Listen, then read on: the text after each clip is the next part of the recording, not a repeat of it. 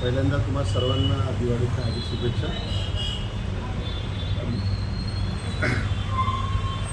प्रभागामध्ये आता समस्या तर भरपूर आहे, पण मोहीम समस्या म्हणजे आमची गटर समस्या थोडी जास्त मोठ्या प्रमाणामध्ये आहे.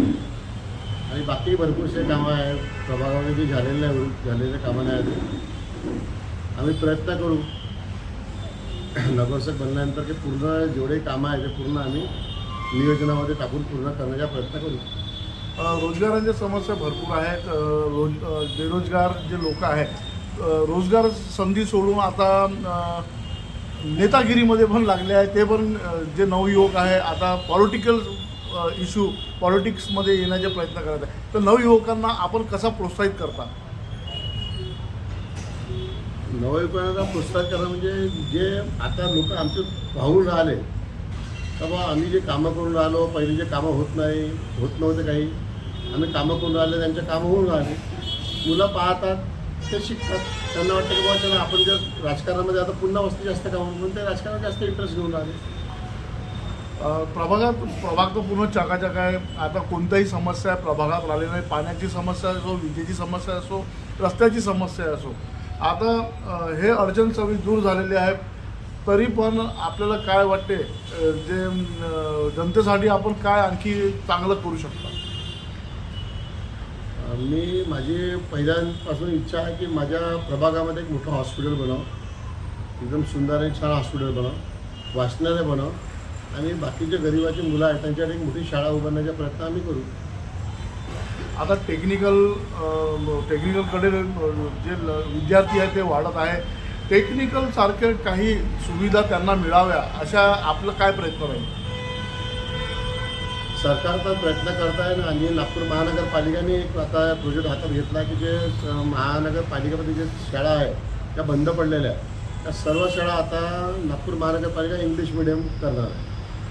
तर आम्ही त्यांना सपोर्ट करू. असे जर आम्हाला आमच्या प्रभागाच्या शाळा काही असेल त्यांना आम्ही इंग्लिश मिडियम जेव्हा होईल तर आमच्या सरकार तर प्रयत्न करतच आहे, पण आम्ही आमच्या ज्या पर्सनल लोकांना आम्ही त्या जागरूक करू भावना का बा इंग्लिश मिडियममध्ये गरिबाची मुलं कसे शिकल्या जाईल आणि तिथपर्यंत आम्ही कसे पोहोचू, त्यांच्या मुलं आम्ही कसं तिथपर्यंत पोहोचू हे आम्ही प्रयत्न करू. सर्वात जास्त आपल्या प्रभागात म्हणा किंवा नागपूर शहरात मध्यमवर्गीय लोकांचा खूप मोठा मारामारी होत आहे शाळेमध्ये. प्रायव्हेट शाळेमध्ये गेले तर त्यांना जे तिथले जे फीज आहे त्यांना पुरत नाही. पण कमी याच्यात त्यांना शिक्षण मिळण्यासाठी आपलं काय एक सामोरचा पाऊल राहील? महानगरपालिका जे शाळा बनवून आल्या, इंग्लिश मिडियमची शाळा बनवणार आणि ती निःशुल्क करणार आहे. तर त्या शाळेला माझ्या प्रभागामध्ये या नागपूर शहरामध्ये सरकार प्रयत्न करशील आहे, पण मी निवडून जर आले तर मी त्या शाळेमध्ये जास्तीत जास्त काय करू शकतो हे मी पाहिजे. जसं क्रीडांगण सुंदर काय होऊ शकते, ग्राउंड त्याचे डेव्हलप झाल्या पाहिजे, मुलांना शिक्षण फ्रीमध्ये भेटणार आहे. पण त्यांची जे भौतिक सुविधा आहे मी तिथे जेवण देण्याचा प्रयत्न करेन की बाबा सरकारला सांगेल की बाबा जे गरिबाची मुलं आहेत ते एवढ्या वेळ उपाशी राहू शकत नाही, तर आम्ही त्याच्याबद्दल प्रयत्न करू. पुन्हा ड्रेसची व्यवस्था करू आणि मोफत जे पुस्तकं वगैरे त्यांना राहील त्याचे प्रयत्न करू. आणि त्याच्यापेक्षा जे शिक्षण उच्च दर्जाचं शिक्षण कसं देण्यात येईल त्याच्याबद्दल प्रयत्नशील राहू आम्ही. आजकालच्या लोकांना म्हणजे विद्यार्थ्यांना लहान मुलांनाही प्रायव्हेट शाळेची जाणीव म्हणजे त्यांची तिथे जायची इच्छा खूप होत आहे. पण आपल्या इकडे जे आपण जे तयारी करू तर पटसंख्या कशी वाढवावी याच्यावर आपलं कसं सामर्थ्य राहील? त्याच्या ॲडव्हर्टाइजमेंट करणं खूप आवश्यक राहील. ॲडव्हर्टाइजमेंटमुळे जसे आता व्हॉट्सअपवरती आपण काही कोणती रील टाकतो त्याला जास्त आवडली पाहतात. आपण जर त्या शाळेमध्ये त्यांना जेवढं आपण पब्लिसिटी करू तेवढं येईल. आमचा प्रयत्न राहील का तिथे लॅपटॉप ते शिकवतात त्याचे ते शाळेमध्ये जर सर्व मुलांना जर लॅपटॉप दिले ते इंटरेस्टने शिकेल. जसे मोबाईलमध्ये पाहून ते उत्साहातून कामं करतात, तर लॅपटॉप जर सर्व मुलांना भेटणार तर ते जास्त उच्च दर्जाने चांगलं शिक्षण घेऊ शकते. त्याला सोयीस्कर होईल ते शिक्षण. आता येणाऱ्या निवडणुकाचा बिगुल वाजलेला आहे. येणाऱ्या निवडणुकीमध्ये आपली कशी रणनीती राहणार आहे? इलेक्शनमध्ये काही रणांगण नाही का आपण ते रणनीती करू. आपण प्रयत्नही करू की लोक आपल्यापर्यंत कसे पोहोचेल, आपल्या स्वभावाला आणि लोकांना हे कसं कळेल की बाबा माझ्यापर्यंत काम होईल ह्या भरोसा मला जिंकणं जरुरी आहे. आणि मी ते प्रयत्न केलेला आहे आणि मी 50% लोकांच्या मनं जिंकलेली आहे. कारण की लोक पाहून राहिले. आम्ही जोपर्यंत पक्षामध्ये आलो, आम्ही ना अध्यक्ष आम्हाला भेटला, मोहनभाऊ मतेने आम्हाला सपोर्ट केला, आमदारच्या हात आमच्या डोक्यावर आहे, म्हणून आम्ही हे कामं करू शकून राहिलो आणि पुन्हा आम्ही जास्तीत जास्त हे कामं करू शकतो. जनतेचा विश्वास जिंकणं हे आमचा पहिले प्रयत्न आहे. राजकारण आम्हाला करायचे नाही आणि काही युद्ध नाही की आपण हे लढायचं आहे.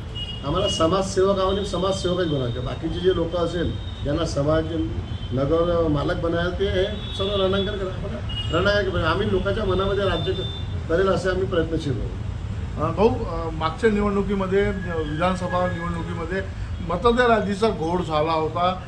यावेळेस ते मतदार यादी हायकोर्टाने मतदार यादीच्यामुळे निवडणुकीमध्ये काहीतरी प्रश्न निर्माण केलेला आहे. तर ते प्रश्न कसे सुटतील आणि मतदार यादी कशी खुल्ली होतील, काय सांगाल? आता मतदार आता नवीन येणार आहे. आता आम्ही त्यामध्ये बाबा घोळ आहे का नाही आता आम्हाला दिसला नाही घोळ काय आहे. तर आता जर मतदार नवीन त्याने आम्ही प्रयत्न करू. ज्याचे मतदान नसेल ते मतदान टाकायचा प्रयत्न जे बरं पडलं तर त्याचे आम्ही मतदान कापू. जेवढं आमच्याकडे जेवढं होते तेवढा बूथ प्रमुखाच्या दरवाजापर्यंत त्यांना घेऊन जाऊ. कॉर्पोरेशन लोक मग काही मदत करतील आम्हाला, आम्ही त्यांना घेऊन प्रयत्न करू का बा काय घोळ आहे ते पाहायचा प्रयत्न करू. पण मला वाटत नाही की घोळ आहे म्हणून. काय वाटतं यावेळेस निवडणुकी EVM मशीन किंवा बॅलेट पेपरवर झाला पाहिजे असा अंदाज जनतेही हे करत आहे आणि विरोधकही करत आहे. आपल्याला काय वाटतं की निवडणुकी कशा प्रकारे झाल्या पाहिजे? विपक्ष जो आहे त्याच्यासाठी मुद्दे काही ना काही त्याला घेणं पडेल. आता EVM जनतेला ज्याला मतदान द्यायचे आहे एवढे विकास कामं जे पाहून राहिलो, जनता जागृत होऊन राहिली की बाबा कोणते पार्टी काम करून राहिली. का भारतीय जनता पक्षाचे एवढे कामात तुम्ही येतपर्यंत इथं तुम्ही पाहून राहिले किती मोठे मोठे काम होऊन राहिले. आता कधी न बनणारा ब्रिज इथून जे आपण उमरेड रोडचा तुम्ही पाहून आले माझ्या ऑफिसवर, हा कधी न बनणारा किती मोठा ब्रिज आहे. याचे डिस्टन्स आहे, हे टेक्नॉलॉजी काय आपल्या देशाची आहे का? आपण जेवढा जास्त पक्ष प्रयत्न करून राहिला की बाबा नागपूर शहर या भारतामध्ये सुंदर ब्रिज बनाव, जेवढं पण जास्त हो हे सर्व पाहून राहिले लोक, त्याच्यामुळे मतदार म्हणून राहिलं. आता काँग्रेसला जर असं वाटत असेल बाबा इमलनी जर हे होऊन आलं त्यांनी प्रूव्ह करावं आणि ते प्रश्न सोडवा त्यांच्याने, हा त्यांचा प्रश्न आहे. जनतेला मतदान करायचे आहे. जनता मतदान जनतेला थोडी माहीत पडते का मतदान आपला पुढे काय करणार म्हणून. जनताने ज्याचे बटन दाबले त्यांना मतदान जाते. आपल्या प्रभागाच्या जनतेला आणि आपल्या प्रभागाच्या जे मतदार आहे त्यांना आपलं काय आव्हान राहील, काय एक संदेश राहील?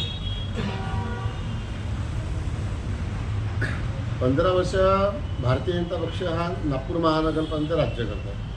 जनतेने त्यांचे कामं पाहणं आहे, सर्व काही पाहिलेलं आहे. आता जनतेने पुन्हा रिक्स घेऊन ते दुसरा पक्ष निवडून देतं कामं पुरं थांबून घे. काम कुठून होणार आहे?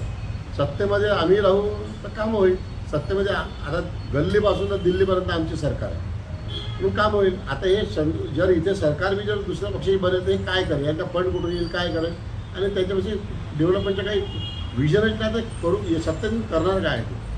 आता काय जातीच्या नावाने याच्या नावाने त्याच्याकडे काही ना काही ते बहाणे करेल बाबा ये समाज आहे वो समाज आहे वो हमको देतात. त्यांचे राजकारण फक्त जातीच्या भरोसा चालून राहणार. बाकी त्याच्यापेक्षा विकासाचे काही रिजनच नाही त्यांच्यापासून. विजन त्याच्यामध्ये आहेत नाही 1% ते लोक त्याचे कामं करतात. आम्ही आपला विकास दाखवण्याचे कामं करू.